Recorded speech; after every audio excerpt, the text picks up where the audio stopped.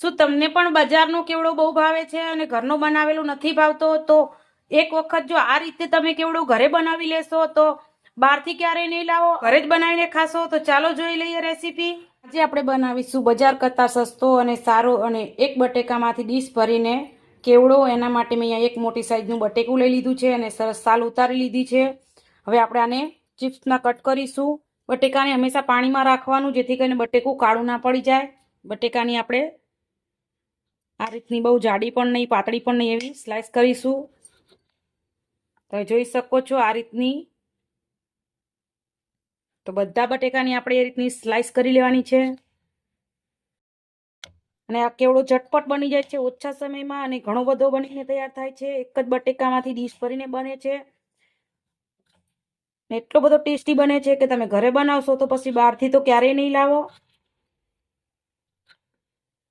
આપણે બધા બટેકાને સ્લાઇસમાં કટ કરી લીધું છે. હવે આપણે અહીંયા મેં જે વેફર પાડવાનું મશીન આવે એ લીધું છે.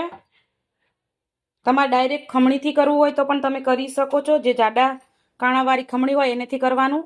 હવે આ રીતે આપણે બે વેફર હાથમાં લઈશું અને આ રીતે ઘસીશું. તમે જોઈ શકો છો કે મેં અહીંયા આ રીતની પાતળી સ્લાઇસ કરી લીધી છે. એકદમ મસ્ત મજાની થઈ ગઈ છે, તમે જોઈ શકો છો. હવે આપણે આને પાણીમાં નાખીશું. બારે નથી રાખવાનું, નહીતર કાળી થઈ જશે. બધા બટેકાની આ રીતની કાતરી કરી લઈશું. મેં અહીંયા બધી કાતરી પાડી લીધી છે, તમે જોઈ શકો છો. અને કેટલું બધું પાણી ડોળું થઈ ગયું છે. તો અહીંયા મેં તપેલીમાં બીજું પાણી, ચોખ્ખું પાણી લીધું છે. હવે હું બધી કાતરી આપણે ચોખ્ખું પાણી લીધું છે એમાં નાખી દઈશ. આ જ રીતે આપણે 3-4 પાણી બદલી અને બટેકાની કાતરીને ધોઈ લેવાની છે, એટલે આપણી કાતરી એકદમ સફેદ બનશે. મેં અહીંયા ફરીથી બટેકાની કાતરીને સરસ ધોઈ લીધી છે. હવે આપણે આને એક ચાયણામાં લઈ લઈશું ને બધું પાણી નિતારી દઈશું. મેં અહીંયા બધી કાતરીનું પાણી નિતારી દીધું છે અને અહીંયા મેં એક કપડું પાથર્યું છે. હવે બધી કાતરીને આપણે કપડા ઉપર પાથરી દઈશું, જેથી કરીને એનું પાણી બધું શોષાઈ જાય. અને તમારે જો આને પંખા હેઠે સૂકવવા મૂકવી હોય તો પણ તમે મૂકી શકો છો. અને બીજું કપડું લઈ અને આપણે આ રીતે કોરી કરી લેવાની છે, જેથી કરીને આપણી કાતરીની અંદર બધું પાણી જે હોય એ શોષાઈ જાય. તો આપણે બધી કાતરીને સરસ કોરી કરી લીધી છે અને અહીંયા મેં 15 મિનિટ માટે પંખા હેઠે મૂકી દીધી હતી કપડાથી કોરી કરીને. તો ચાલો હવે આપણે તળી લઈએ.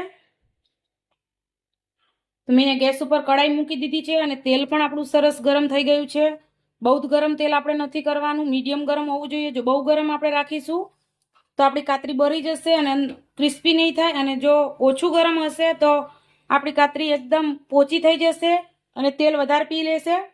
તો આપણે મીડિયમ ગરમ રાખીશું તેલને. તમે જોઈ શકો છો આ રીતનું તેલ હોવું જોઈએ. તો હવે આપણે થોડી થોડી બટેકાની કાતરી નાખી અને આપણે તળી લઈશું.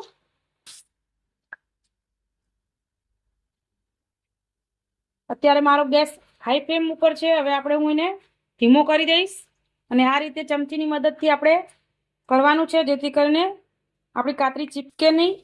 અને હવે એકદમ ક્રિસ્પી ના થાય ત્યાં સુધી આપણે તળી લેવાની છે. તમે જોઈ શકો છો કે મારી વેફર એકદમ સોનેરી થઈ ગઈ છે અને એકદમ ક્રિસ્પી પણ થઈ ગઈ છે. તો હવે આપણે આને કાઢી લઈશું. આને હું એક જારામાં કાઢીશ, જેથી કરીને એનું એક્સ્ટ્રા તેલ હોય એ નીકળી જાય.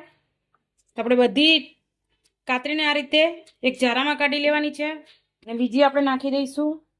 આ જ રીતે આપણે બધી કાતરીને તળી લઈશું. તો મેં અહીંયા બધી બટેકાની કાતરીને તળી લીધી છે, તમે જોઈ શકો છો. અહીંયા મેં સિંગદાણા લીધા છે, એને પણ આપણે તેલમાં તળી લેવાના છે. ગેસને આપણે ધીમો રાખવાનો છે, નહીંતર અંદરથી સિંગદાણા કાચા રહેશે ને ઉપરથી બળી જશે. ફક્ત 2 મિનિટ જેવું જ લાગશે આપણા સિંગદાણાને ચડતા, વાર નહીં લાગે બહુ. 2 મિનિટ જેવું થઈ ગયું છે ને આપણા સિંગદાણા સરસ ચડી ગયા છે. તમે જોઈ શકો છો આ રીતના ક્રેક થઈ જાય એટલે આપણા સિંગદાણા ચડી ગયા. આપણે કાઢી લઈશું. અહીંયા મેં 4 થી 5 મીઠા લીમડાના પાન લીધા છે, એ પણ આપણે તળી લઈશું. તેલમાં તળીએ એટલે એકદમ મસ્ત મજાના ક્રિસ્પી થઈ જાય આપણા મીઠા લીમડાના પાન. આપણે મીઠા લીમડાના પાનને પણ સરસ તળી લીધા છે. હવે આપણે વધારાનું તેલ કાઢી અને એકદમ મસ્ત મજાનો આપણા ચેવડાનો વઘાર કરીશું.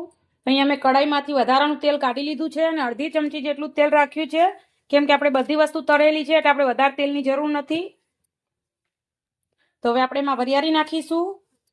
તમે જોઈ શકો છો કે મારું તેલ સરસ ગરમ છે. તલ નાખીશું. અહીંયા મેં થોડીક વાર માટે ગેસ બંધ કરી દીધો હતો, જેથી કરીને આપણો વઘાર બળી ના જાય. હવે આપણે અહીંયા 1 મોટી ચમચી જેટલી દ્રાક્ષ નાખીશું. આ ચેવડો એકદમ જેવો આપણાને પેકેટમાં મળે છે એવો જ લાગે છે. અહીંયા મસાલા કરીશું. તો મસાલામાં મેં અહીંયા 1 મોટી ચમચી ખાંડ લીધી છે દળેલી, 1 અડધી નાની ચમચી જેટલું સિંધવ મીઠું લીધું છે, કેમ કે આપણે ઉપવાસ માટે બનાવીએ છીએ. અને અહીંયા 2 ચપટી જેટલું લાલ મરચું લીધું છે. જો તમારે લાલ મરચાંની જગ્યાએ કાળા મરીનો પાવડર નાખવો હોય તો પણ તમે નાખી શકો છો. સરસ મિક્સ કરશું. મારો ગેસ અત્યારે બંધ જ છે, કેમ કે આપણે વઘાર બળી ના જવો જોઈએ. બધું સરસ મિક્સ કરી અને પછી આપણે ગેસ ચાલુ કરીશું. તો હવે આપણે ગેસ ચાલુ કરીશું. ફક્ત 1 મિનિટ જેટલો જ આપણે ગેસ ચાલુ કરવાનો છે, ખાલી આપણે મસાલાની કચાશ જતી રહે એટલી જ વાર. હવે જે આપણો ચેવડો આપણે તળીને રાખ્યો છે આપણે આમાં નાખી દઈશું. સિંગદાણા નાખીશું.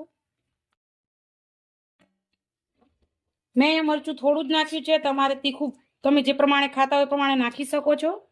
અને સરસ આપણે મિક્સ કરીશું ચેવડાને. લાગે છે ને જોતા જ વેત ખાવાનું મન થઈ જાય એવો આપણો ચેવડો.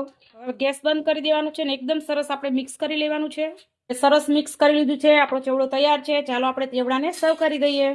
તો તૈયાર છે આપણો બજાર કરતાં સસ્તો અને સારો કેવડો, જે ઝટપટ બની જાય છે અને એટલો બધો ટેસ્ટી લાગે છે કે તમે એક વખત ઘરે બનાવશો તો વારંવાર બનાવશો. અને જો એક વખત ઘરે બનાવી લીધો તો બહારથી ક્યારેય નહીં લાવો, એની મારી ગેરંટી છે. એક જ બટેકામાંથી આપણે 1 ડીશ ભરીને કેવડો બનાવ્યો છે. તો તમને મારી આ રેસીપી કેવી લાગી મને જરૂરથી કહેજો. અને જો તમને મારી આ રેસીપી ગમી હોય તો લાઈક, શેર અને સબસ્ક્રાઈબ કરવાનું ભૂલતા નહીં. આવજો ને જય શ્રી કૃષ્ણ.